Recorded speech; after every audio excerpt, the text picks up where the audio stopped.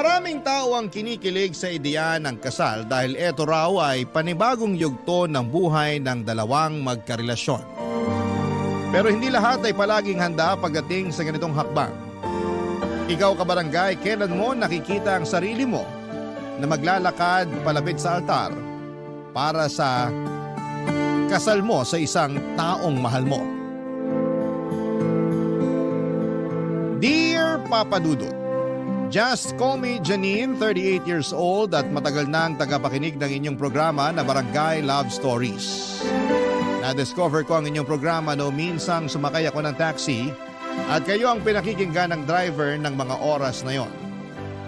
Pareho pang nadala ang emosyon namin ng driver nang dahil sa kwentong binasa ninyo noon.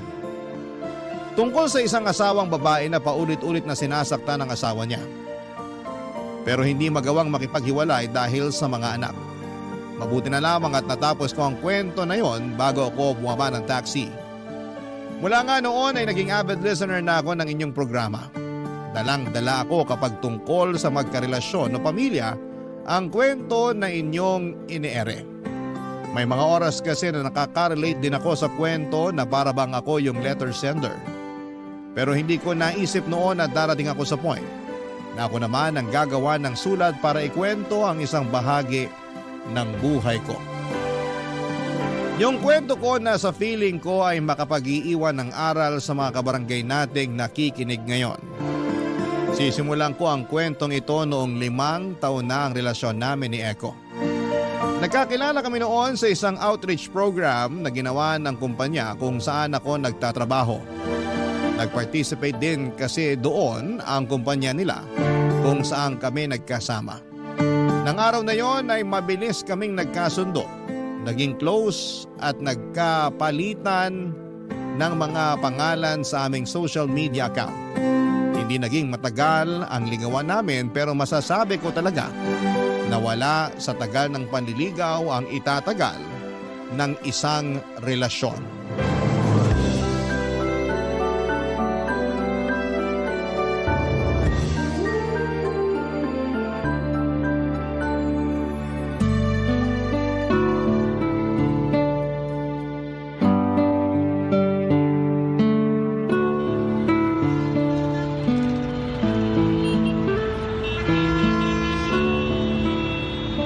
Grabe, sobrang traffic talaga sa area na to, no? Oo nga eh. Kakaandar lang ng sasakyan natin kanina tapos tumigil na naman tayo agad bago mag-stoplight. Iniwasan na nga natin ang rush hour pero naipit pa rin tayo sa traffic. Ganun talaga kapag family day tapos ganitong oras, B. Maraming mga tao ang nasa biyahe para umuwi galing sa mga kanya-kanyang date o family bonding. Sa bagay, may point ka dyan sa sinabi mo, B. Pero sarap talaga ng cordon bleu kanina na kinain ko dun sa bahay ng lola mo. Pati na yung buko salad nila, hindi talaga tinipid sa buko at gatas. Alam mo naman kapag dun sa bahay ni Lola ginanap ang family reunion at birthday niya, bawal tipirin ang mga rekado para sa pagkain na ihahanda nila. Kasi halos lahat ng mga kamag-anak namin, kahit yung mga nasa abroad, uuwi talaga para makipag-celebrate. Nakakatuwa nga kasi may program at pa-games pa talaga na ginawa kanina dun sa birthday ni Lola. Last year wala namang ganung pakulo, di ba? Wala nga, B. Ang gusto kasi ng mga tita ko, gawing mas espesyal ang 80th birthday ni Lola. Kaya nag-meeting pa talaga sila online para gumawa ng program at mga pag-games sa party. Grabe nga kasi ang daming nag-participate kanina. Kahit nga tayong dalawa hindi nakaligtas sa pagsali sa games, di ba? Oo, muntik pa nga sana tayong manalo sa newspaper dance kanina eh.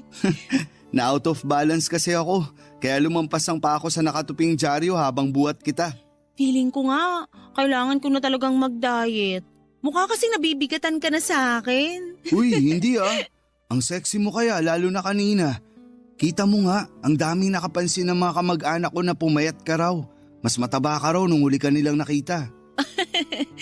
Tinanong nga nila kung ano raw ba ang diet ko. Sabi ko mahilig lang akong kumain ng stress sa trabaho kaya pumapayat ako. Yung isang tita mo na pinsan ng mami mo, nakailang tanong sa akin kung pinaghahandaan ko na raw ba yung pagbuo natin ng anak kaya nagpapapayat ako. Talaga? Ano namang sabi mo? Ang sabi ko, wala pa sa plano natin yun.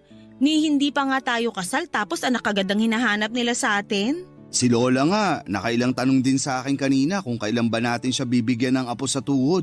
Actually, B, tinanong niya rin ako kanina nung kaming dalawa lang ang magkatabi sa sofa. Ang sabi niya pa, sana raw sa susunod na taon may kasama na tayong baby sa birthday niya. Masyado talagang excited si Lola na lalong palaki ng pamilya namin. Pero hindi ko rin naman siya masisi dahil karamihan sa mga pinsan ko na mas bata pa sa akin, may asawa at mga anak na. Yung mga pinsan mo na madalas nangungutang sa'yo, di ba? Oo, sila nga. Kita mo yun? May mga anak na nga sila pero parang hindi pa nila talaga kaya na bumuo ng pamilya. Kaya dapat, hindi minamadali ang pagpapakasal at pagbuo ng pamilya. Mas mahirap na ang buhay ngayon kumpara sa panahon ni na Lola. Kaya dapat din na maging mas tripling handa tayo bago tayo pumasok sa ganong klase ng responsibilidad. Papadudot masasabi ko na magkaiba kami ng ugali ni Echo. Sa aming dalawa, siya yung mas mahilig sa mga sorpresa. Mas makulit at mas maraming pakulo pagdating sa relasyon. Siya rin ang nagpaplano madalas ng mga out-of-town vacation namin. At maaga pa lang ay sinasabi na niya sa akin ang mga plano niya. Sa totoo lang kasi ay hindi ako mahilig magbakasyon. Lalo na sa malalayong lugar, Papadudot. Medyo workaholic kasi akong tao kaya ayoko nang naiiwan ang matagalang trabaho ko sa opisina. Naiintindihan ko naman paminsan-minsan na kailangan din nating mag-relax at lumayo sa trabaho. Pero para sa akin kasi parte na ng pag-relax ko ang trabaho na ginagawa ko. At dahil nga sa tagal ng relasyon naming dalawa, kada family gathering na nagaganap, mapapamilya man ni Echo o pamilya ko ay palaging tinatanong kung kailan ba kami lalagay sa tahimik na buhay. Minsan nga ay pinipilosopo ko na lamang sila at sinasabi ko na tahimik naman ang buhay namin ni Echo. Sa sobrang tahimik ay halos hindi na kami nag-aaway na dalawa.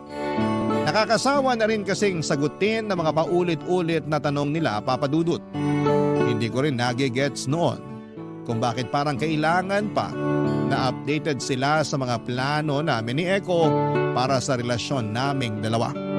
Kami ni Echo ang magkarelasyon kaya kami lang dapat ang nakakaalam ng mga plano at depende yon sa amin kung sasabihin namin sa kanila.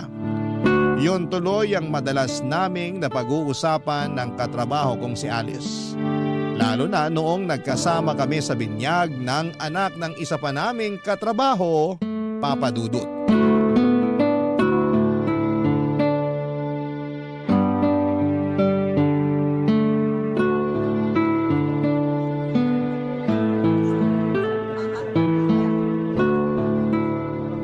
Alice, ang bongga ng birthday party ng anak ni Patricia, no? Correct ka dyan. Alam mo bang narinig ko kanina na pinag-uusapan ng dalawang bisitang tungkol sa venue na to? Ano namang sabi nila? Malaki raw ang ginastos ni Patricia para sa birthday party. Halata naman. Sa setup pa lang nitong party, kabog na kabog na. Ang daming mga batang bisita pero parang hindi sila nahubusan ng papremyo sa pag-games nila. Tapos iba pa yung papremyo nila kanina para sa games ng matanda. Tingnan mo nga yung pagkain dun sa mahabang lamesa. Hindi pa nangangalahati pero nire-refillan na kagad ng mga waiter. Nag-birthday party din yung anak ko noon pero hindi ganito kabongga. Ayoko rin gumastos ng malaki para sa isang araw lang na birthday party, no? Kanya-kanyang trip lang din naman yan. Saka di ba nakwento rin ni Patricia na ang tagal bago sila nabigyan ng anak ng asawa niya? 4 na beses yata siyang nakunan nun, tama ba? Ang pagkakatanda ko, 5 beses siyang nakunan kasi may problema ang matris niya. Buti nga kahit papano, nabigyan sila ng anak ng asawa niya. Ang hirap kaya para sa mag-asawang walang anak. Ibig sabihin lang nun, may perfect timing para sa lahat ng bagay na nangyayari sa buhay natin. Pero grabe, ang cute ng anak ni Patricia, no? Sobra! Tuwang-tuwa ako dun sa bata habang pinapanood ko siyang buksan yung regalo ko para sa kanya. Ang higpit ng yakap niya sa binigay ko na stuffed toy na unicorn. Mahilig siya sa stuffed toys, di ba? Oo, kaya yun ang niregalo ko sa kanya. Nakakagigil lang talaga yung cuteness niya, lalo na kapag ngumingiti siya at lumalabas yung 2 dimples niya. Para tuloy, gusto ko na rin magkaanak kapag nakikita ko siya. Gusto mo pala eh. Bakit hindi pa kayo magpakasal ni Echo? Ang sabi ko, parang gusto ko pa lang, pero hindi pa naman talaga buo ang loob ko. Alam mo, hindi ko talaga magets kapag nagiging topic natin ang tungkol sa bagay na yan? Ano namang mahirap intindihin sa hindi pa buo ang loob ko para bumuo kami ng pamilya? Hindi ko magets kasi parehas naman kayong may maayos na trabaho ni Eko. And so, Matagal na rin kayong magkarelasyon kaya bakit hindi pa kayo magpakasal? kasi nga ayoko pa. Alam ko sa sarili ko na hindi pa ako handa. Marami pa akong plano sa buhay ko. Gaya ng, Gusto ko pang tumaas ang position ko sa trabaho natin. Gusto ko makakuha ng sarili kong sasakyan at makapag-travel din abroad. pwede mo namang gawin yan kahit kasal na kayo ni Eko? Hindi ganun kadali yun. May mga bagay ako na gustong gawin na para lang muna sa sarili ko. Oo, kasama si Eko sa mga plano ko para sa future. Pero marami pa akong gustong gawin sa buhay ko bago ako magpakasal at bumuo kami ng pamilya.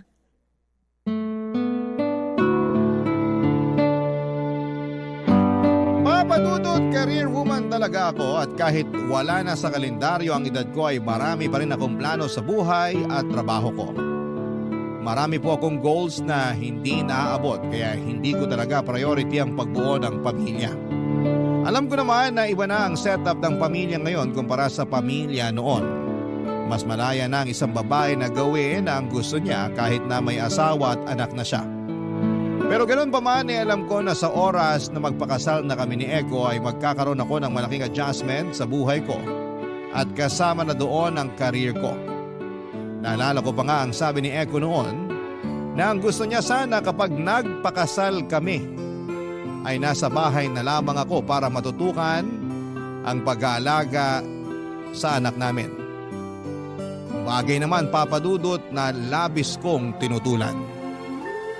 Mataas ang tingin at respeto ko sa mga housewife. Pero alam ko sa sarili ko na hindi ako ganong klase ng asawa sa hinaharap. Barangay Love Stories. Barangay Love Stories.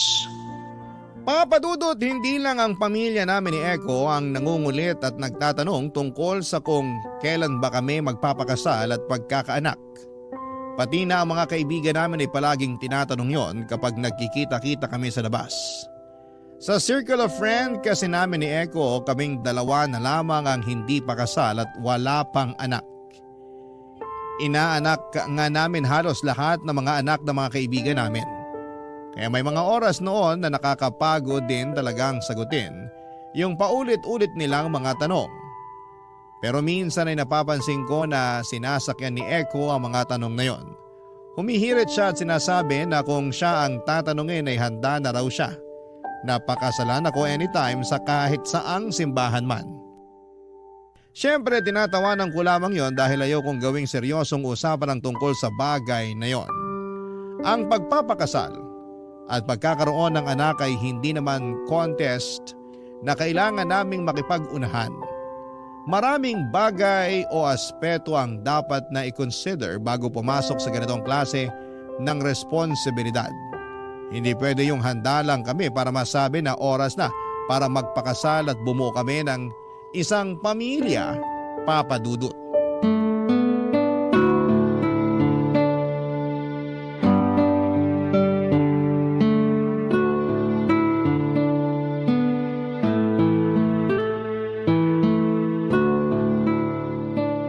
Grabe tita, solid sa sarap talaga tong pochero na niluto nyo. Halata nga. Parang pang-anim na kuha mo na yata ng kanin at ulam yung nasa plato mo eh. Mami! Binabantayan mo ba talaga pagkain ni Eko? Napansin ko lang naman na naparami yung kinakain niya. Nakakatuwa nga eh. Paano naman po hindi mapaparami ang kain niya? Paborito niya yung ulam na niluto niyo. Alam ko yun. Nabanggit mo yun dati.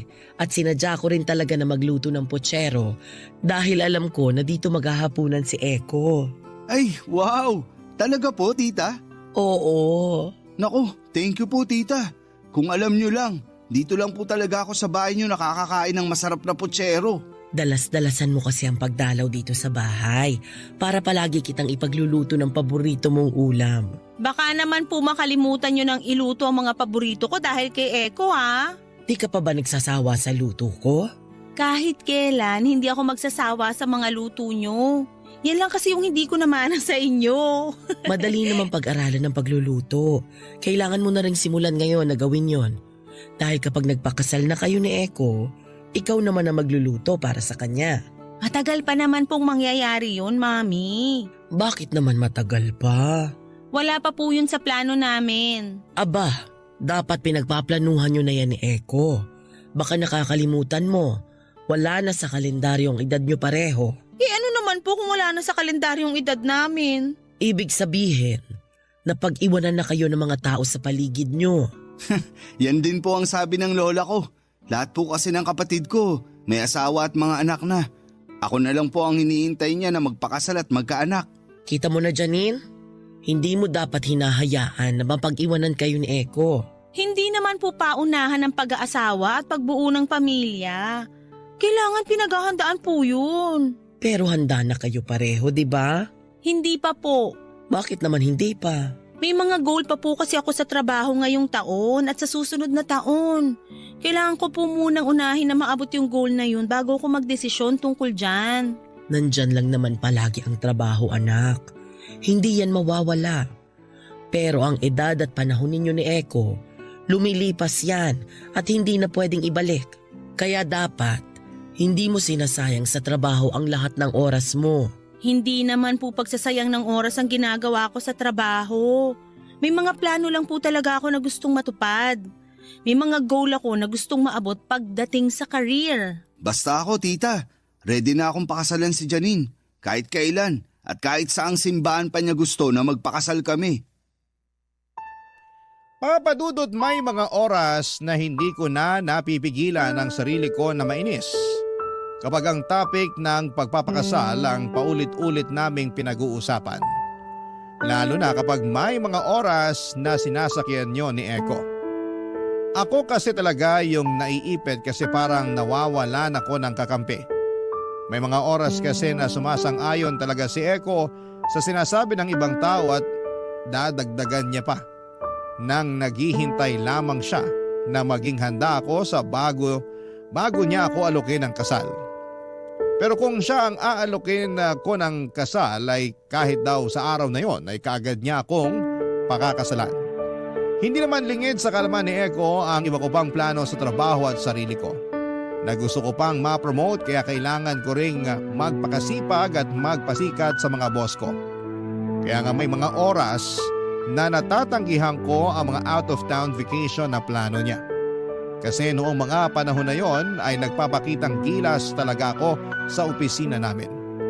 Bukod sa nakukulitan ako sa mga nagtatanong tungkol sa kung kailan ba kami magpapakasal, nape-pressure din talaga ako sa trabaho ko o papadudot.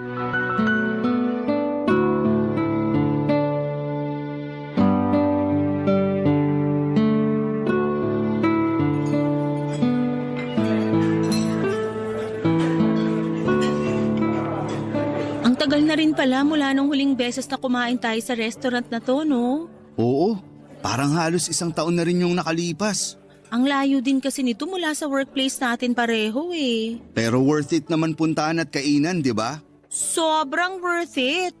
Ang sarap kaya ng kare-karing bagnet nila dito saka blueberry cheesecake. Nasira na naman tuloy yung diet ko. B, hindi mo kailangang mag-diet kasi hindi ka naman talaga tumataba. Akala mo lang yun, pero tuwing magtitimbang ako, palaging may nadadagdag sa bigat ko. Kahit dumoble pa ang timbang at lapad mo, hindi pa rin magbabago ang pagmamahal ko para sa'yo, B. Naku, humihirit ka na naman dyan. Nagsasabi lang ako ng totoo. Alam mo naman kung gaano ako kapatay na patay sa'yo, di ba? Patay na patay talaga. Oo, kasi di ba, 2 beses mo akong binasted nun. Kasi ang sabi ko, hindi ko pa priority ang pakikipagrelasyon noon. Kakalipat ko lang sa bagong trabaho ko kaya stressed pa talaga ako ng mga oras na yun. Oo, alam ko yun. Kaya nga hindi ka agad ako sumuko. Kahit parang wala nang pag-asa na sasagutin mo ako. Grabe ka naman, B. Nung una pa lang may pag-asa ka na talaga sa akin. Siyempre medyo nagpapakipot lang talaga ako saka alam ko rin sa sarili ko na hindi pa ako handang pumasok sa relasyon nung nakilala kita. Ayoko lang din na maging unfair sa'yo noon kaya hindi muna kita sinagot. Oo, alam ko na rin yun. Kasi nasabi mo na rin sa akin ang tungkol doon. Pero thank you ah. Thank you saan? Kasi sa dinami-dami ng manliligaw mo, ako ang pinili mong sagutin. Makarami ka naman. Dalawa lang naman yung nagkasabay naman ligaw sa akin noon. At ikaw lang ang in-entertain ko. Akala ko nga, hindi mo na uli ako tatawagan nung binasted uli kita sa pangalawang pagkakataon eh. Sinubukan talaga kitang tiisin. Pero ayun, hindi ko kaya. Kasi mahal na mahal talaga kita. Mahal na mahal din kita, Bi. Ay, ang sarap namang marinig ng mga salitang yan mula sa'yo, B. Pero grabe, ang bilis talaga ng panahon. Hindi ko napansin na 5 taon na pala ang relasyon nating dalawa. Ako rin, Bi. Akala ko nga, hindi mo matatagalan yung ugali ko kasi sobrang topakin ko. Okay lang, kasi mabilis naman akong nasanay. Grabe ka sa akin! Pakasal na tayo, B. Ano ka mo? Ang sabi ko, magpakasal na tayo, Janine. Ano bang nakain mo? Ba't ganyan ka magsalita? Hindi ko kailangan kumain ng kahit na anong kakaibang pagkain para itanong sa'yo ang tungkol sa kasal. Wala pa akong singsing ngayon pero handa na ako. Handa na akong pakasalan ka. Kahit mamaya o bukas at kahit saang simbahan mo pa gusto. Eko. Hindi na tayo bumabata, Janine. Gusto ko at gusto na rin ng pamilya ko na magpakasal tayo at magkaroon ng anak. Kaya ayoko nang sayangin ang pagkakataon na to para ayain ka magpakasal. Matagal ko nang alam sa sarili ko na handa na ako. Kaya gusto ko na sanang Sorry, Eko. Pero ayoko pa. Ayokong pag-usapan ng kahit ano tungkol sa kasal. Kasi hindi pa ako handa. Hindi pa ako handa na magpakasal sa'yo at bumuo ng pamilya. Sana maintindihan mo na ayoko pa talagang magpakasal sa ngayon. Papadudot sigurado na ako na si Eko ang gusto kong makasama sa panghabang buhay. Siya lang ang lalaking nakikita ko na kasama sa altar at kapalitan ng pangako na habang buhay na pagsasama. Si Eko lang ang lalaking gusto ko na maging tatay ng mga magiging anak ko sa hinaharap. At bago ang gabi ng pagpopropose niya sa akin ay napansin ko na yung pagiging balisa ni Eko. May mga oras kasi noon na nahuhuli ko siyang nakatitig sa akin tapos kapag napatingin ako sa kanya, napapangiti na lamang siya bago umiwas ng tingin. Tapos napapadalas pa noon na isinisingit niya sa usapan namin ang tungkol sa plano para sa future naming dalawa. Kung saan ko raw ba gusto magpakasal, kung ilan ang gusto ko na maging anak namin, kung saan ko gusto na tumira, at kung ano-ano pang bagay na tungkol sa buhay may pamilya. Medyo kinakabahan na talaga ako noon kasi may kutob ako na kung saan papunta ang mga kakaibang kinikilos niya. Hanggang sa dumating na nga ang gabi ng pagpopropose niya sa akin. At nang gabi na yon, halo-halo na ang emosyon na nararamdaman ko. Hindi ko na rin halos maintindihan at isa lang ang sigurado ako. Hindi pa ako handa na magpakasal kay Eko. Barangay Love Stories. Barangay Love Stories. Papadudot medyo kinakabahan din ako kay Eko noon kasi nakita ko kung paano namula ang mga mata niya at nagpigil pa ng luha nang sabihin kong hindi pa ako handa na magpakasal sa kanya. Nagbitaw siya ng malalim na buntong hininga bago saglit na tumahimik. Saglit po kaming nagpakiramdaman bago naging seryoso ang boses niyang tinanong kung tapos na ba akong kumain at nang sabihin kong oo ay kaagad na niyang kinuha ang bill namin at binayaran yon. Sinabi niya na ihahatid na niya ako pauwi. Nang pauwi na kami sakay ng kotseng minamaneho ni Eko ay naging tahimik lamang talaga kami sa loob. Sobrang awkward talaga kasi wala ni isa sa amin ang bumasag sa katahimikan na yon. At pagkatapos ng gabing yon ay naramdaman ko ang panlalamig ni Eko sa relasyon naming dalawa. Hindi na niya ako masyadong tinatawagan at tinetext. Hindi na rin siya masyadong nag-reply sa akin. Naintindihan ko na nasaktan ko siya pero labis akong nalulungkot noon. Kasi hindi niya naiintindihan ang sitwasyon ko o papadudot.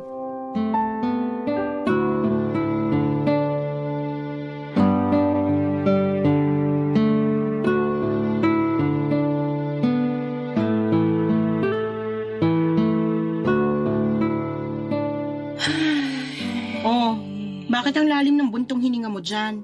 Wala lang. Anong wala lang? Parang halos lalabas na yung utak mo sa lalim ng buntong hininga mo. Ang OA ah.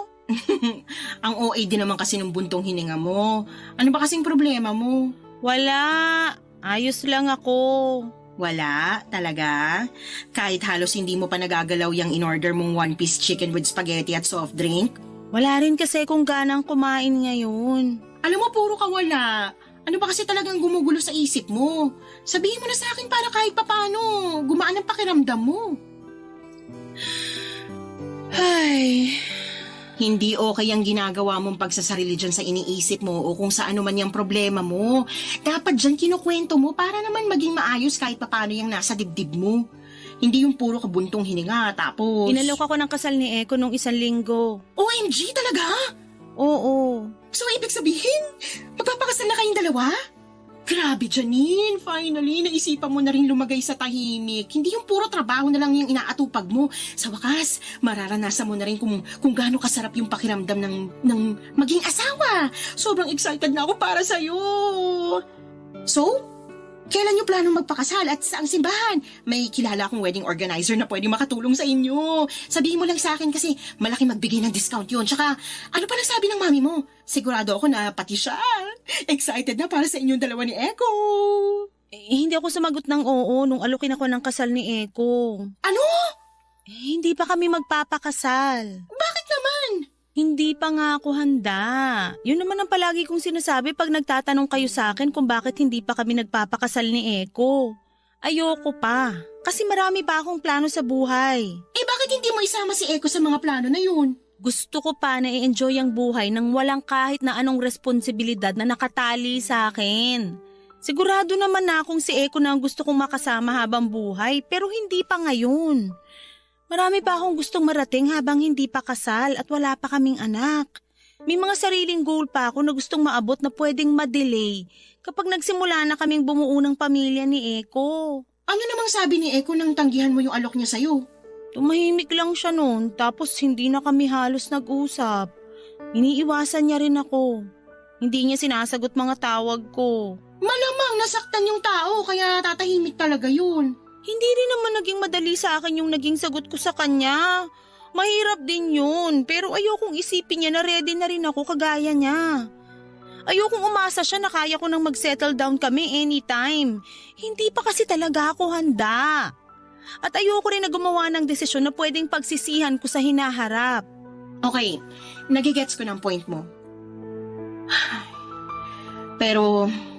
hindi ko rin naman masisisi si Eko sa ginagawa niyang pag-iwas sa'yo kasi nga, sobrang nasaktan yung tao eh. Bigyan mo lang ng konting oras para makapag-isip-isip siya tapos subukan mo ulit siyang kausapin. Subukan mo ipaliwanag ang dahilan kung bakit hindi ka pa handa na magpakasal sa kanya. Papa Dudut, hindi ko talaga alam kung ano bang mahirap intindihin sa salitang hindi pa ako handa. Kailangan ko bang ipaliwanag sa lahat ng mga tao na kapaligid sa akin na hindi pa ako handang magpakasal kasi may iba pa akong priority sa career ko? Na gusto ko pang ma-promote sa trabaho at may ibang mga plano pa ako at dahil alam ko sa sarili ko na hindi pa talaga ako handa. Ayoko namang tanggapin ang alok na pagpapakasal ni Eko sa akin kung alam ko sa sarili ko na napipilitan lamang ako. Ayoko rin talagang sakta ng damdamin ni Eko dahil mahal ko siya. Pero gusto ko lang talagang magpakatotoo. Kaya hindi ko talaga alam noong una kung nagkamali ba ako sa ginawa ko na pagtanggi sa alok na pagpapakasal ni Eko. Hindi lang naman siya ang nasaktan kung hindi pati na rin ako dahil sa pag-iwas na ginagawa niya sa akin noon. Nasasaktan ako, Papa Dudut, kasi parang hindi niya man lang sinubukang intindihin ang sitwasyon. Sa kabilang banda ako pa rin ang gumawa ng paraan para muli kaming magkausap ni Eko. Hinintay ko siya na makalabas sa building kung nasaan ang opisina nila.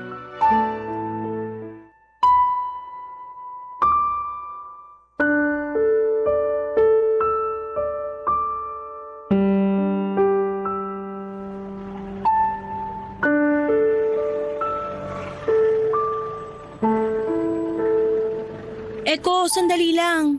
Anong ginagawa mo dito? Hinintay talaga kita para makapag-usap tayong dalawa. Kailangan ko makauwi ka agad, kaya sa ibang araw na lang tayo mag-usap, Janine. Eko, please naman. Huwag mo kong iwasan. Alam mo na kailangan nating mag-usap ngayon. Ano pa bang kailangan nating pag-usapan? Yung tungkol sa ating dalawa. Janine, malinaw naman, di ba? Malinaw na hindi mo tinanggap ang alok kung pakasalan mo ako. Oo, pero hindi naman ibig sabihin no na ayoko na magpakasal sa'yo. Wala naman akong balak na tapusin yung relasyon natin eh. Parang ganun na rin yun. Dahil pinaramdam mo sa akin na ayaw mo akong pakasalan. Tinanggihan ko yung alok mo ng kasal hindi dahil ayokong magpakasal sa'yo. Hindi pa nga kasi ko handa. Pero bakit nga? Bakit hindi ka pa handa hanggang ngayon? Janine, ilang taon na tayong magkarelasyon.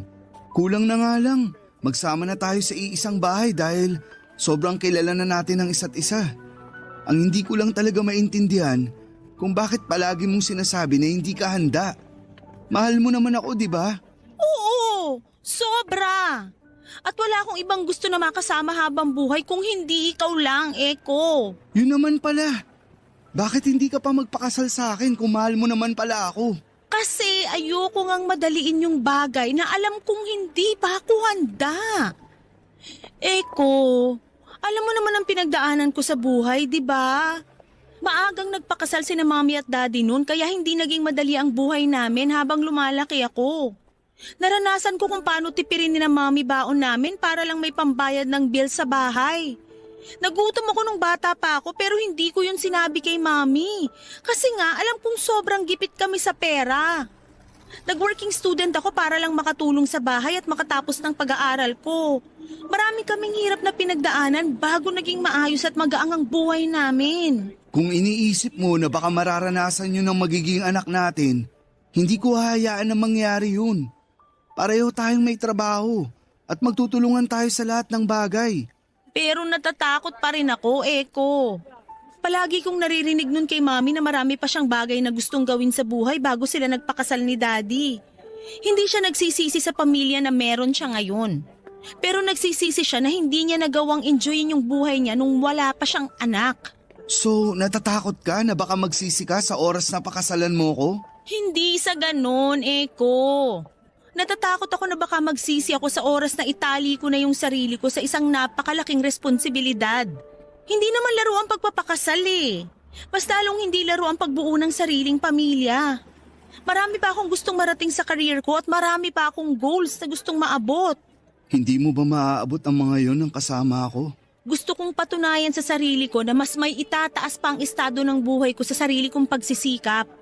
Gusto ko rin munang makita na mas gumanda pa ang takbo ng career ko. Hindi rin tumadali para sa akin. Nahihirapan ako, maniwala ka man o hindi. Takot na takot din ako. Kasi baka mawala ka sa akin. Eko, mahal kita. At kung talagang mahal mo ko, irerespeto mo yung desisyon ko.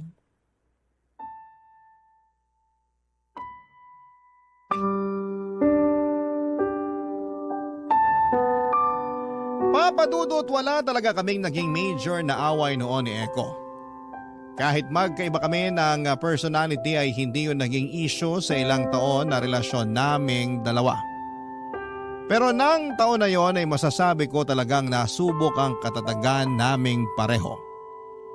Ilang buwan na pareho kaming tuluyan ng lamig sa isa't isa na akala ko ay mauuwi na talaga sa hiwalayan. Pagkatapos kasi naming mag-usap ay humingi muna ng space si Eko mula sa akin na ibinigay ko naman sa kanya.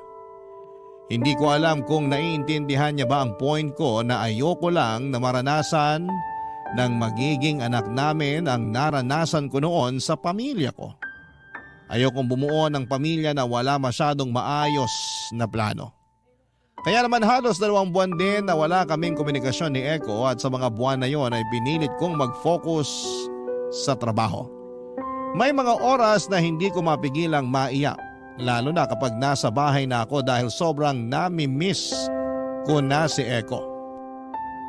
Hanggang sa dumating ang araw na siya na mismo ang gumawa ng paraan para muli kaming magkausap at magkaayos. Muling naging maayos ang relasyon namin ni Eko. Sinabi niya na naiintindihan niya na raw ang sitwasyon ko. bilang isang babae at kaparehas niya na hindi pa handa sa mas malaking responsibilidad sa buhay. Nakakatuwa lang kasi naging bukas ang isipan niya para sa naging desisyon ko noon. Alam ko na hindi talaga madali sa kanya ang ibinigay kong sagot. Pero binigyan niya pa rin ang pagkakataon na maayos ang relasyon namin. Isang pagkakataon na pareho naming hindi pinagsisisihan. Pagkalipas kasi ng 3 taon ay nagpakasal na kami ni Eko at ngayon ay may 2 ng anak. Dito ko na rin po tatapusin ang sulat ko, Papa Dudut, at sana ay may naiwan ding aral ang kwento naming ito na hindi dapat minamadali ang isang desisyon lalo na kung ito ay makakaapekto sa buhay natin. Bago tayo pumasok sa isang panibagong yugto ng buhay natin ay dapat alam natin sa sarili natin na handa tayo physically, financially and mentally. Ang inyong forever kapuso at kabarangay, Janine. Dear Papa Dudut, naniniwala ba kayo sa kasabihan na kapag bumitaw tayo sa isang bagay na pinangahawakan natin ay mas nagiging magaan ang lahat? Ako kasi oo. At yun ang eksaktong pakiramdam na gusto ko nang gawin sa relasyon namin ng girlfriend kong si Almira. Pero bago ko ikwento ang dahilan kung bakit gusto ko nang bitawan ang relasyon namin, pabati muna ng isang mapagpalang tanghali sa inyong lahat. Nakatulad kong avid listener ng Barangay Love Stories. Itago niyo na lamang po ako sa pangalang Benji, 31 years old at taga Mandaluyong. Nagtatrabaho ako sa isang BPO company sa Pasig simula noong 18 years old ako. At kung ilalarawan ko ang sarili ko ay masasabi ko namang may itsura ko. Abulin din na mga babae at binabae pero straight gaya ko. Regular sa gym at sumasali sa mga running event. Non-smoker pero umiinom ng alak paminsan-minsan. Basta for me ay health is wealth. Namatay kasi sa cancer ang father ko noong 17 years old ako kaya simula noon ay iningatan ko na talaga ang sarili ko. Pero mabalik tayo sa sinabi kong habulin ako ng mga babae at binabae. Totoo yon. Lalo at may pagka-playboy din ako. Kahit nung teenager pa lamang ako at nagpatuloy yon noong nagtrabaho na ako sa call center. Pero good boy ako sa mata ng mga relatives ko at ang nakakaalam lang ng pagiging mapaglaro ko sa mga babae ay ang pinsan at best friend kong si Emerson, Papa Dudut.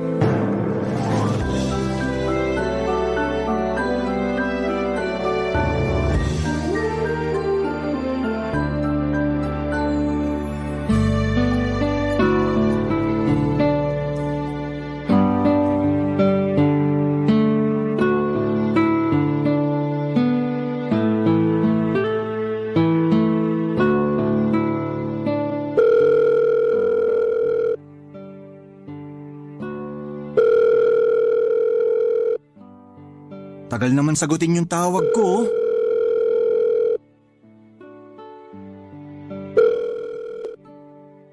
Hello? Sa wakas, sinagot mo rin, tol. Sorry tol, may ginawa lang ako. Tinulungan ko lang si mama sa kusina. Ha? Anong ginagawa mo sa kusina? Pambabaeng trabaho yan. Siyempre ako yung nag-iwa ng mga sangkap na gagamitin niya sa pagluluto. Saka anong pambabaeng trabaho? May mga kusinerong lalaki, no? Oo na. Parang binibiro ka lang eh.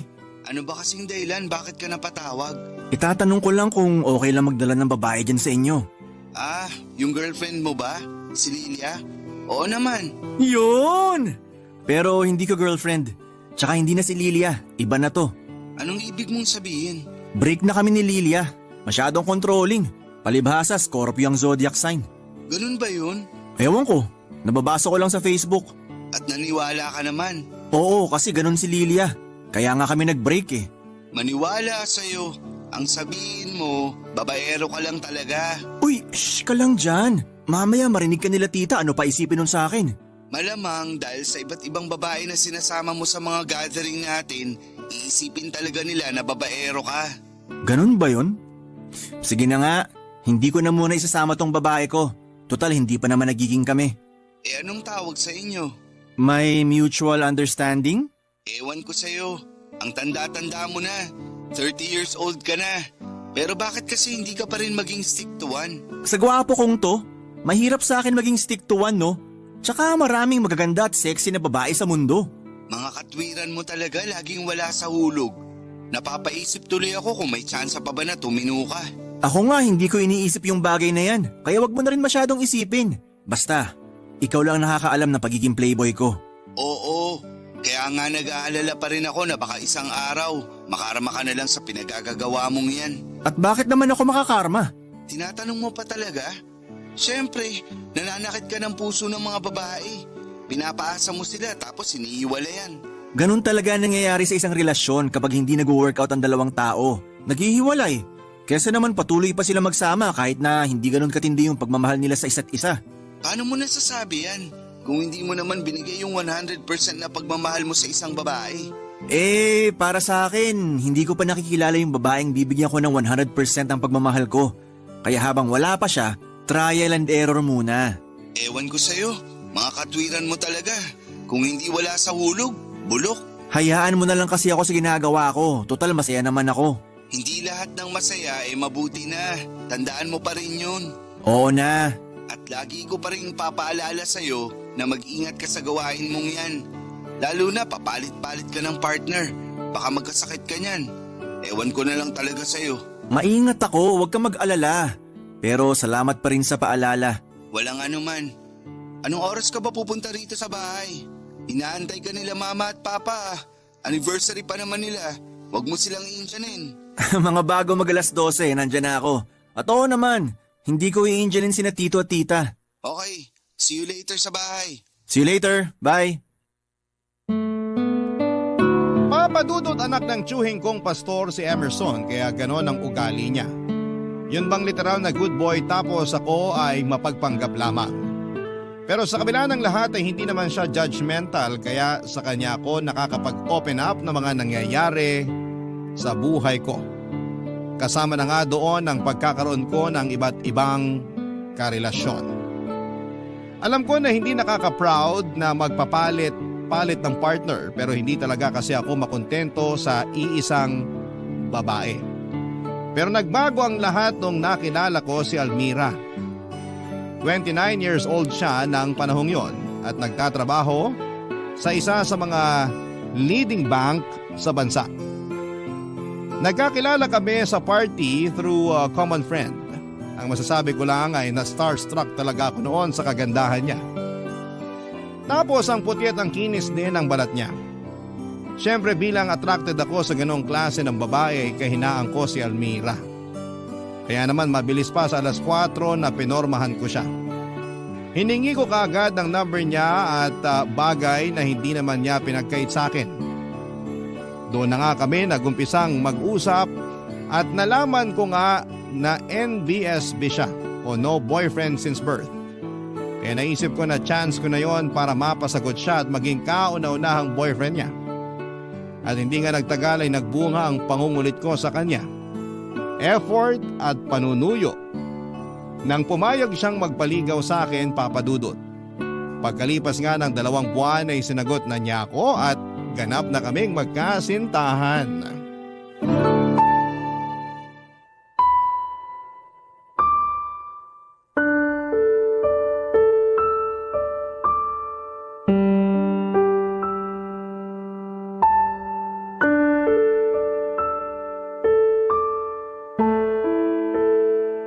Mahal, ano bang ginagawa natin sa lugar na to? Ano pa nga bang ginagawa ng mag-boyfriend at girlfriend sa lugar na to? Kaso Eddie! hindi pa ako handa eh. Ha? Hindi ka pa handa saan? Saan pa ba? Di dun sa ginagawa ng mag-boyfriend at girlfriend sa motel. Pambihira ka naman. Kaya nga kita dinala rito para gawin na natin yung bagay na yon. Akala ko naman willing ka kasi sumama ka.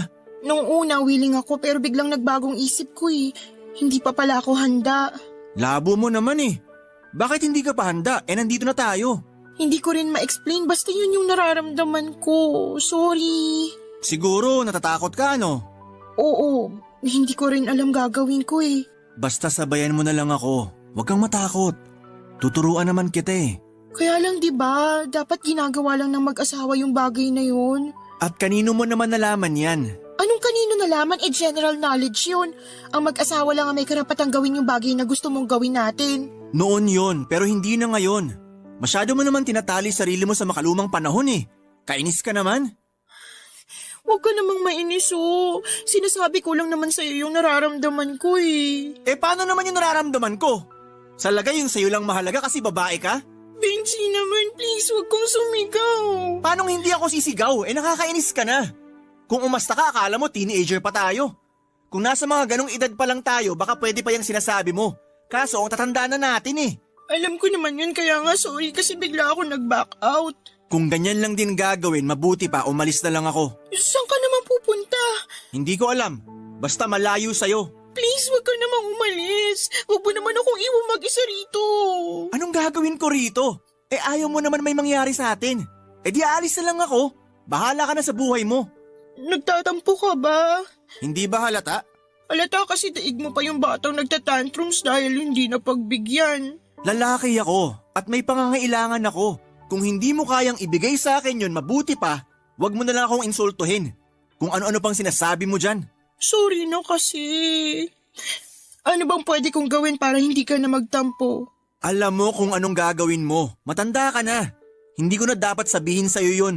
Ganun ba? Pero sabi mo sa akin kanina tuturuan mo ko. Ha? Kanina, sabi mo. Oo naman. Pero ibig bang sabihin yan, pumapayag ka na? Oo. Yahoo! Promise, hindi ka magsisisi. Kaya lang pwede bang magdahan-dahan ka lang kasi first time ko pa lang eh. Oo naman. Akong bahala sa'yo. Sisiguraduhin ko mag-i-enjoy ka ngayong gabi. Kasama ako.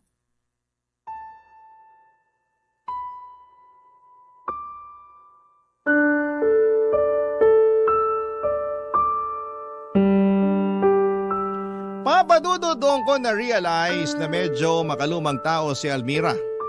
Pati na rin ang pag-iisip niya pero buti na lamang at hindi ako nahirapang kumbinsihin siya. Naayos lang na gawin namin ang bagay na yon dahil nga moderno na ang panahon. Kaya masayang-masaya talaga ako nung pumayag siyang may mangyari sa amin ang gabing yon. At mas lalo lang nadagdagan ang kaligayahan ko sa dibdib.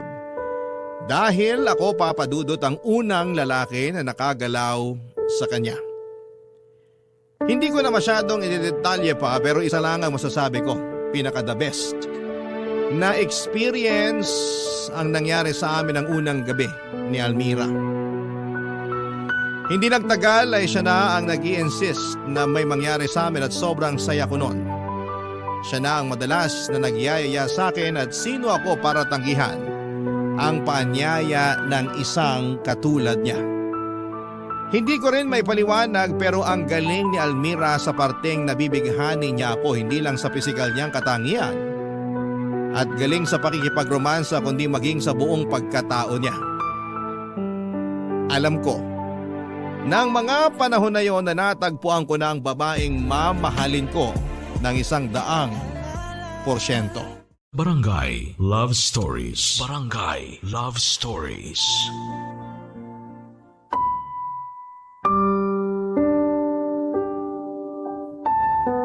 Papadudot ang unang beses naming ginawa ni Almira yon ay nasundan pa nga ng mas marami pang beses. Masaya ako kasi hindi lang ako ang nag-i-enjoy sa mga ginagawa namin kundi maging siya rin. Minsan pa nga niyang nasabi sa akin na ginising ko raw ang natutulog niyang pagkababae. Kaya medyo proud ako pagdating sa bagay na yon. Kaya lang kung hindi naman kami magkasama ni Almira at kung walang nangyayari sa amin ay subsob sa trabaho ang girlfriend ko. Palibas ay mataas ang posisyon niya sa pinagtatrabahuhan niya, bagay na hindi ko kinatutuwa lalo kapag feeling ko ay wala na siyang oras sa akin. Kaya nga hindi ko naman napigilan ang sarili kong tumingin sa ibang babae. Pampawala ng lungkot o bagot sa relasyon namin ni Almira. Sa ganong paraan ay hindi ko masyadong dinaramdam ang pagtanggi niya sa pag-aaya kong lumabas. Kesyo marami nga siyang ginagawa sa trabaho o pagod dahil sa trabaho. Pero sigurado naman ako sa sarili ko na mahal ko si Almira Dahil hindi naman ako nahuhulog sa mga babaeng nagugustuhan ko. Gusto ko lang silang kasama. Hindi ko naman sinabing mahal ko na, Papa Dudut.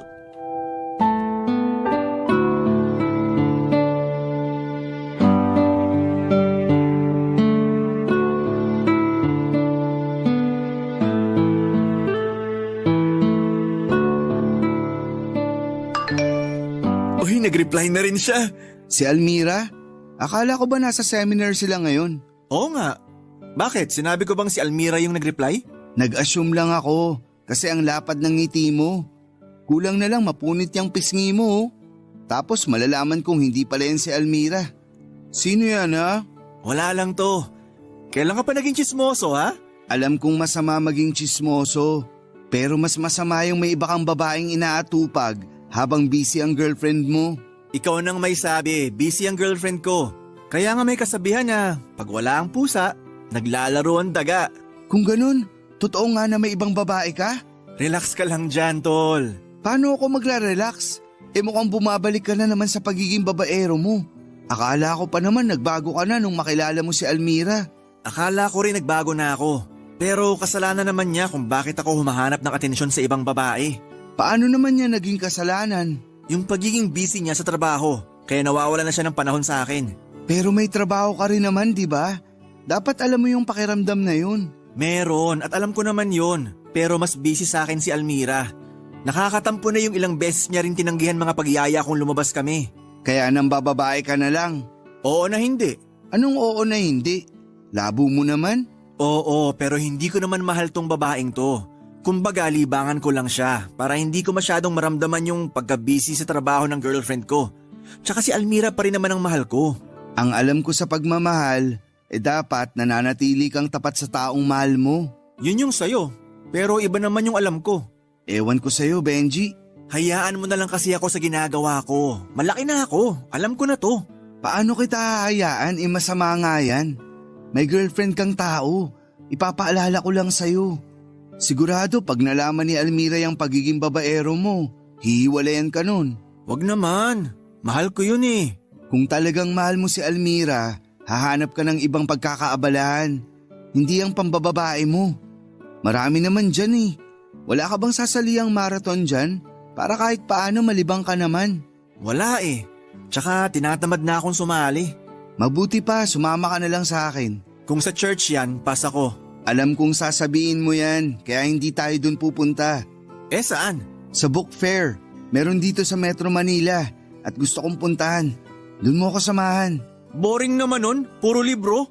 Kaya nga book fair. Anong ine-expect mong makita? Mga alak? Oo, tsaka mga babaeng sumasayaw sa pole. Biro lang. Ikaw lang yung tumanda pero paurong. Sakit mo naman magsalita. Biro nga lang, di ba? Biruin mo na ang lasing, pati na ang bagong gising pero wag lang ako. Wag ka na kasing pikon, tol. Basta, tigilan mo na yung paglalaro mo ng apoy. Matanda ka na eh.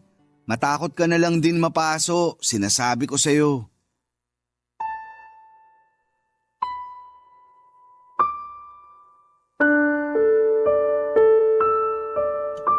Papa Dudut, aminado naman ako na masama na ma-inlove pa ako sa ibang babae lalo na at may girlfriend na ako. At si Almira nga yun. Pero sa totoo lang ay mahirap kalimutan ang mga bagay na kinasanayan ko na. Buti na lang talaga at nandyan si Emerson para magpaalala sa akin na dapat ay maging loyal na ako sa iisang babae kung ayaw kong makarma pagdating ng panahon. Sino ba naman ang gustong makarma, hindi ba? Saka tama rin naman siya nang sabihin niyang hindi na ako bumabata para maglaro pa rin ng apoy. Malaki ang utang na loob ko sa pinsan kong si Emerson dahil napakatyaga niya sa akin. Kasi malamang kung malamang malalaman lang ng iba naming kamag-anak ang mga kalokohan ko. Lalo na sa pakikipagrelasyon ay baka itakwil nila ko. May ugali kasi sila na ayaw nila na nababahira ng kahihiyan ng angka namin, lalo na at karamihan sa mga kamag-anak namin ay may tungkulin sa simbahan. Pero syempre wala namang tao na pinanganak na perpekto at kabilang na ako doon. Bata pa lamang ay hindi na ako close sa parents ko dahil pinipilit nila sa akin ang relihiyon nila. Kulang na lang ang itakwil ako ng mga magulang ko at dahil wala naman akong kapatid ay wala akong nagiging kakampi. Pero nung nagkasakit ang mama ko, ako ang nag-alaga sa kanya. Ganon din si Papa kaya naman noong nawala sila bagaman masakit, ay laking luwag naman sa dibdib ko yon. Hindi kasi birong mag-alaga ng may sakit lalo na at mag-isa ka lamang sa buhay. Papadudot mabilis na lumipas ang mga araw at sa tulong po ni Emerson ay nakadiskubre ako ng bagong hobby na magugustuhan ko kaya naman hindi na ako kating-kate na makapang babae. At yun nga ay ang pagluluto. Nag-aral akong magluto ng iba't ibang putahe mula sa recipe book na nabili ko sa book fair na pinuntahan namin ng pinsan ko para kay Almira. Sa ganong paraan ko na-impress ang girlfriend ko at masayang-masaya ako kapag nagugustuhan niya ang putaheng hinahain ko, Papa Dudut.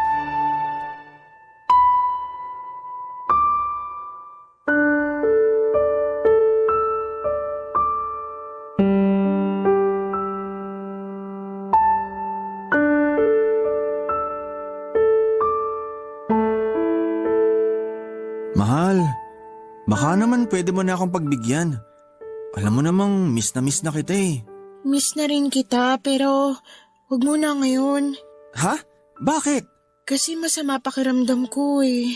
Masama pakiramdam mo? Nakapunta ka nga rito sa apartment ko. Pumunta ako rito kasi gusto kitang makasama, hindi para makipagsiping sa'yo. Tsaka, hindi ka ba nakakaintindi? Masama nga pakiramdam ko, masakit puson ko. Meron ako. Ano ba yan? Wrong timing naman. At yun pa talaga yung naisip mo? Bakit ba kasi nagpunta ka pa rito kung meron ka? Sana pinahinga mo na lang sa inyo. Di ba sinabi ko na nga, gusto kitang makasama. Akala ko ba miss na miss mo na ako tapos ngayon, kulang na lang ipagtabuyan mo rito ako sa apartment mo nung nalaman mo meron ako. Ganun na lang bang tingin niyo sa aming mga babae? Para usan? Hoy, hindi naman ganyan tingin ko sa'yo ah. Hindi raw, pero bakit yun ang nararamdaman ko? Ang bihira naman oh. Alam ko ako yung nagtatampo rito. Pero sa lagay mukhang mas ikaw pa yung masama ang loob sa atin ah. Ano ulit yun? Nagtatampo ka na naman kasi hindi ka napagbigyan sa gusto mo mangyari. Siyempre, lalaki ako. May pangangailangan ako. Tsaka tagal mong naging busy. Ngayon na nga lang tayo nagkasama. Kaya umasa ako na mapagbibigyan mo na ako. Hindi ka ba nakakaintindi? Masama nga ang pakiramdam ko tsaka meron ako. Oo na, naiintindihan ko naman. Hindi mo na kailangan paulit-ulitin pa yon. Kaya nga sabi ko sana di ka na nagpunta rito. Ah, baka naman kaya ka nagpunta rito kasi gusto mong magpaalaga sa akin ha? Bakit? Masama ba? Hindi, pero busy ako. Busy saan? Wala ka namang ginagawa ah. Meron na. May laro raw kaming basketball mamaya ng mga tropa ko. Niyaya nila ako kaya sasama ako. Sumali ka ng basketball eh hindi ka naman marunong mag-dribble. Sobra ka naman. Kaya nga sumali para matuto. Pwede bang saka ka na lang pumunta sa laro nyo. Dito ka na lang muna. Samahan mo ko. Mag-bonding tayo. Ano naman gagawin natin? Mag-movie marathon. Marami magagandang pwedeng panoorin ngayon. Alam mo namang hindi ako mahilig manood ng movie. Para sa akin, pag-aaksaya lang ng oras yun. Pwede bang mag-aksaya ka na muna ng oras kasama ko? Yun lang naman kasi yung pwede natin gawin ngayon lalo na ang sakit-sakit ng puson ko. Please. Ano pa nga bang magagawa ko? Konsensya ko pa kung iniwan kita rito sa ganyang kalagayan. Thanks, mahal. Kahit mukhang napipilitan ka lang. Huwag mo nang banggitin yung bagay na yon. Lalo ko nawawalan ng gana eh. Sige ka, iiwanan kita rito. Sorry na. Mabuti pa, pagluto mo na lang ako ng masarap para gumaan-gaan naman yung pakiramdam ko. At nautusan pa nga ako? Hindi kita inuutusan, okay? Tsaka huwag ka nga umasta na akala mo aping-api ka sa relasyong to. Lalo lang sumasama loob ko sa'yo eh. At ikaw na naman ang masama ang loob. Totoo talaga yung kasabihan na only women, children, and dogs are loved unconditionally. A man is only loved under the condition that he provides something. Ay, mapapasana all ka na lang talaga. Papadudot, masama pa rin ang loob ko kay Almira ng mga panahong yon dahil hindi niya napagbigyan ang gusto kong mangyari. Bukod sa wrong timing din ang pagkakaroon niya ng period kaya mas nadagdagan lang ang inis ko. Kaya nga pinaramdam ko sa kanya na masama talaga ang loob ko sa pamamagitan ng pagtitiis na wag siyang kibuin ng buong araw kahit na nag-i-insist siya na magbanding kami sa pamamagitan ng panonood ng pelikula. At nagpatuloy pa nga ang silent treatment ko sa kanya ng sumunod na araw. Ewan. Sa dinami-rami ng mga babae na naging partner ko ay ganito pala ang pakiramdam kapag nagsettle ka na sa isa. At sa totoo lang ay hindi na ako natutuwa kasi pakiramdam ko ay nakadepende na kay Almira ang kaligayahan ko. Yun bang tipong siya lang ang kailangan ko para sumaya, na hinahanap-hanap ang atensyon niya at apektado ko kapag pinagkakait niya yon sa akin dahil sa trabaho o sa ibang bagay. Tiwala naman ako na walang ibang lalaki si Almira dahil mahal niya ako. Kaya ang kalabang ko na lang talaga papadudot sa kanya ay ang trabaho niya. Bagay na sa tingin ko ay mas matimbang sa kanya kesa sa akin. Nang mga panahong yon, papadudot. Barangay Love Stories. Barangay Love Stories. Papadudot sa huli ay nagkabati rin kami ni Almira. Inopen up ko kasi sa kanya ang frustration ko sa relasyon namin. Bagay na pinakinggan naman niya. At bilang mga adult ay natuto kaming mag-compromise sa isa't isa. Masasabi ko na masarap din pala na magkaroon ng permanenteng karelasyon lalo na at willing siyang gawin din ang lahat para mag-workout ang aming pagsasama. Masasabi ko na naging maayos ulit kami ni Almira sa nagdaang 3 buwan hanggang isang araw ay bigla na lamang nagbago ang lahat. Hindi lingid sa kalaman ko ang madalas na pagkakasakit ng girlfriend ko. Nagsimula yon noong nagkaroon siya ng period at hindi na tumigil sa loob ng 1 buwan. Nang kumonsulta siya sa gynecologist, na-diagnose siyang may abnormal uterine bleeding. Niresetahan siya ng gamot para huminto ang pagdurugo at tumigil naman yon pero hindi niya sinabi sa akin na bumalik din pala pagkalipas ng 2 linggo. May tampuhan pa nga kami noon kasi hindi niya ako sinamahan sa outing namin ng mga katrabaho ko. Kesyo trabaho na naman niya ang dinahilan niya. Kaya nga noong kinumpronta ko siya ay doon ko na nalaman ang katotohanan, papadudot.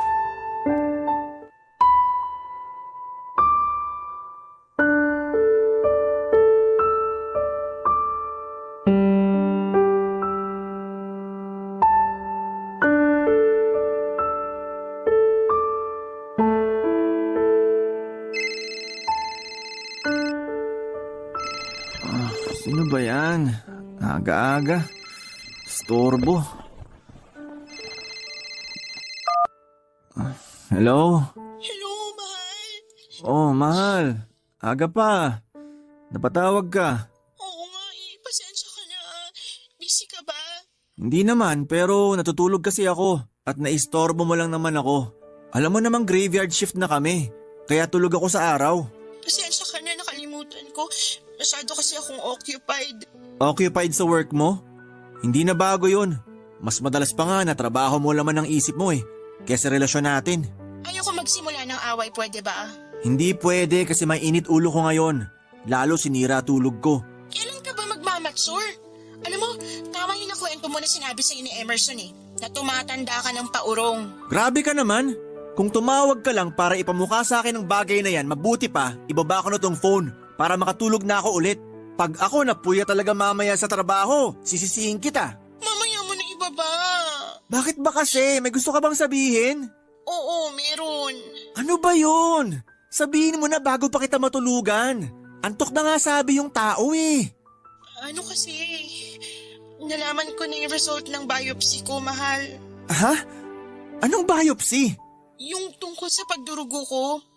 Bumalik kasi ulit yung pagdurugo kahit na umiinom na ako ng gamot na nireseta ng gynecologist ko kaya pinayuhan niya ako na magpa-biopsy. Yun yung kukuha sila ng sample cells o tissue sa katawan mo para itest sa laboratory. Sandali. Hindi ko kasi masyadong maintindihan. Hinay-hinay ka muna, okay? Kagigising ko lang, yan agad bungad mo. Sorry, kasi hindi ko lang alam kung paano tatanggapin yung result. Natatakot ako, mahal. Ano ba yung result? Yung diagnosis, hyperplasia with atypia, ibig sabihin, cancer. May cancer ako, mahal. Sigurado ka ba dyan? Baka nagkamali lang sila. Hindi sila pwede magkamali, mga eksperto yun. Ano na raw gagawin sa'yo? Hindi ko alam. Hindi ko pa alam. Ayoko pang alamin kasi natatakot ako. Hindi naman pwede yun. Kailangan mong alamin kasi mas nakakatakot kung wala kang gagawin. Siyempre meron naman, pero sa palagay mo ganun kadali tanggapin yun? Akala ko hormonal imbalance lang yung nangyari sa akin eh. Na simpleng pagdurugo lang na madadaan sa gamot, pero bakit naman nauwi sa ganito? Hindi ko alam yung sagot sa tanong mo, pero pupuntahan na lang kita. Nasaan ka ba ngayon? Nandito ako sa may convenience store malapit sa clinic ng gynecologist ko. Puntahan mo na ako rito kasi naiiyak na ako. Huwag kang umiyak. Nakakahiya naman sa ibang tao na makakakita sa'yo. At nakuha mo pa talagang isipin sila kaysa sa akin? Huwag ka na makipagtalo. Paalis na ako. Diyan ka lang, pupuntahan kita. Wag na, uuwi na lang ako. Kaya ko na palang sarili ko. Almira naman! Bye. Hello? Hello?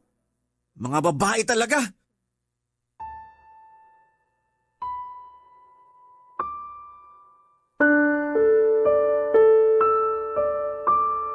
Papadudot gulat na gulat ako nang malaman ko ang resulta ng biopsy ni Almira.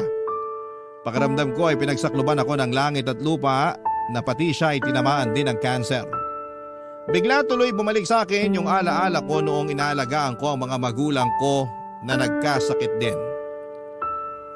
Bagaman hindi cancer ang kinamatay ni Mama, yun naman ang cause of death ni Papa. Natakot ako kasi alam ko sa sarili ko na mauulit na naman ang pinagdaanan ko habang inaasikaso ang mga magulang ko noong may sakit sila hanggang sa kanilang kamatayan. Pero syempre nanaig pa rin ang awa ko sa girlfriend ko. Nalungkot ako ng husto sa kalagayan niya at bilang boyfriend niya, responsibilidad ko siya, papadudot. Katulad ko kasi ay ulilang lubos na si Almira. May isa siyang nakababatang kapatid pero nasa Mindanao at madalang na lamang din ang kanilang komunikasyon. Ang pinakamalapit niyang kamag-anak ay nasa Camarines Norte. Kaya nga ako ang kasakasama ni Almira sa pagpapagamot niya noong lumala na ang sakit niya. Na-diagnose siya na mayroong endometrial cancer o cancer sa lining ng kanyang matres. At sa loob ng 7 buwan ay aaminin kong naubos na ako at nawala na ng pag-asa. Kaya nga nasabi ko sa pinsan kong si Emerson kung gaano na ako kapagod at gusto ko nang bumitaw, papadudot.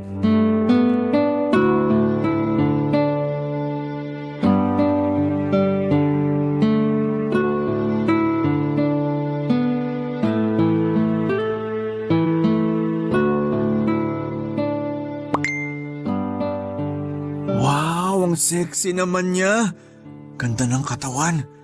Ang kinis ng balat, tsaka ang puti. Sino yan? Bago kong natitipuhang babae. Natitipuang babae?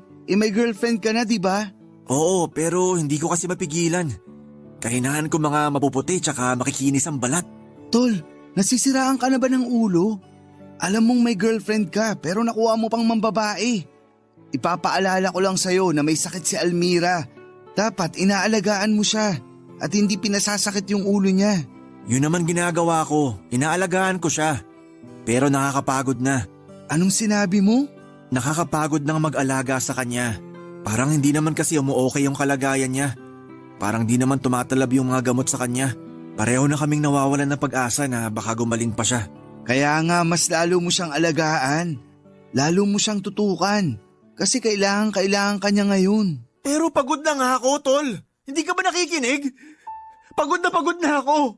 Nung nagkasakit parents ko, ako nag-alaga sa kanila. Wala akong katulong kasi wala rin naman akong mga kapatid. Kung dumadalaw man kayo sa kanila, saglit lang. Pag umalis kayo, ako na lang yung naiiwan sa kanila para asikasuhin sila. Kaya nga nung namatay sila, aaminin ko na medyo nakaramdam ako ng konting kaginhawaan sa dibdib kasi wala na akong aasikasuhin pa. Tapos ngayon, mauulit na naman kay Almira yung pinagdaanan ko noon sa mga magulang ko. Parang di naman yata patas yun. Anong hindi patas dun? Paanong hindi naging patas yun? Sa inyong dalawa, siya yung may mas mabigat na pinagdaraanan. Yan tayo eh. Porque hindi ako yung may sakit, ibig bang sabihin ayos na sa akin ang lahat? Hindi ka ba nakinig?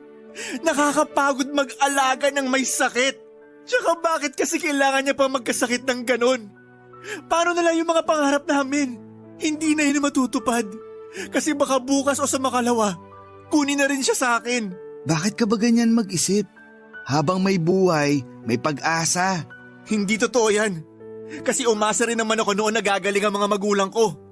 Pero ang ending, pareho lang silang kinuha sa akin. Kaya nga hinanda ko na yung sarili ko sakaling may mangyaring di inaasahan kay Almira. Eto na nga, nagmo-move on na ako. Sa pamamagitan ng paghahanap ng ibang babae na pagtutuunan ko ng pansin. Mali pa rin yung paraan mo. Hindi tama na habang buhay pa si Almira at lumalaban siya sa sakit niya, nagmo-move on ka na at nambababae. Matakot ka nga sa karma. Natakot na ako noon sa karma. Kaya nga nagpakatino ako sa kanya. Pero anong ginanti sa akin ng kapalaran? Yung pagkakaroon ng cancer ng girlfriend ko? Kung hindi ba naman talaga patas ang mundo para sa lahat ng tao? Sakto! Ako pa yung naambunan ng kamalasan. Alam mo kung ano yung nasa isip ko ngayon? Ano? Na hinihintay ko na lang na kunin sa akin si Almira. Para matapos na ang lahat. Benji naman! Dun lang tayo sa makatotohanan, tol. Ayoko nang umasa para mabigulang ulit. Kaya mabuti pa. Hayaan mo na lang ako sa pambababae ko. Sa nalilibang ako sa ganitong paraan at nakakalimutan ko yung nangyayari kay Almira. Kaya kung di mo ako kayang suportahan, wag mo na lang akong pakialaman. Please lang.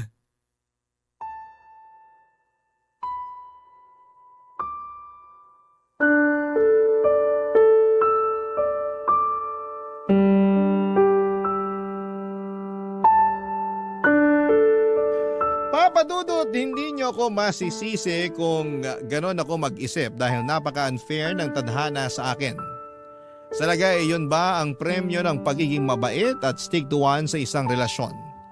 Yun ba ang balik ng karma kapag tuluyan na akong nagpakatino? Yung bibigyan ako ng partner na aalagaan ko katulad ng mga magulang kong may sakit noon at sa huli ay kukunin na lamang din sa akin. Kung oo, sana hindi na lang pala ako nagbago. Para hindi ko na ulit pagdaanan yung ganong klase ng karanasan kasi nakakapagod na. Sa kasalukuyan, Papa Dudut ay tuloy-tuloy ang gamutan ni Almira at imbes na bumuti ang kanyang kalagayan, lalo lang lumala ang kanyang karamdaman. At ako ang sumasalo ng lahat ng pagod sa pag-aalaga sa kanya kaya nga naisip ko na gusto ko na lamang bumitaw sa relasyon namin para matapos na. Pero hindi ko naman magagawa yon dahil ako lang din ang inaasahan ni Almira. Kaya nga kung totoo ang himala, sana ay maghimala ang Diyos. Na sana ay pagalingin na niya ang girlfriend ko. Hanggang dito na lamang po ang sulat ko, Papa Dudut. Sana po ay mapili po ninyong i-ere ang kwento ng buhay ko sa Barangay Love Stories. Umaasa ako na sana'y mapayuhan ako ng mga kabarangay natin para naman mabigyan po ako ng pag-asa na manatili sa aming relasyon ni Almira at huwag bumitaw. Maraming salamat po and God bless sa inyong programa at sa inyong istasyon. Ang inyong forever kapuso at kabarangay, Benji.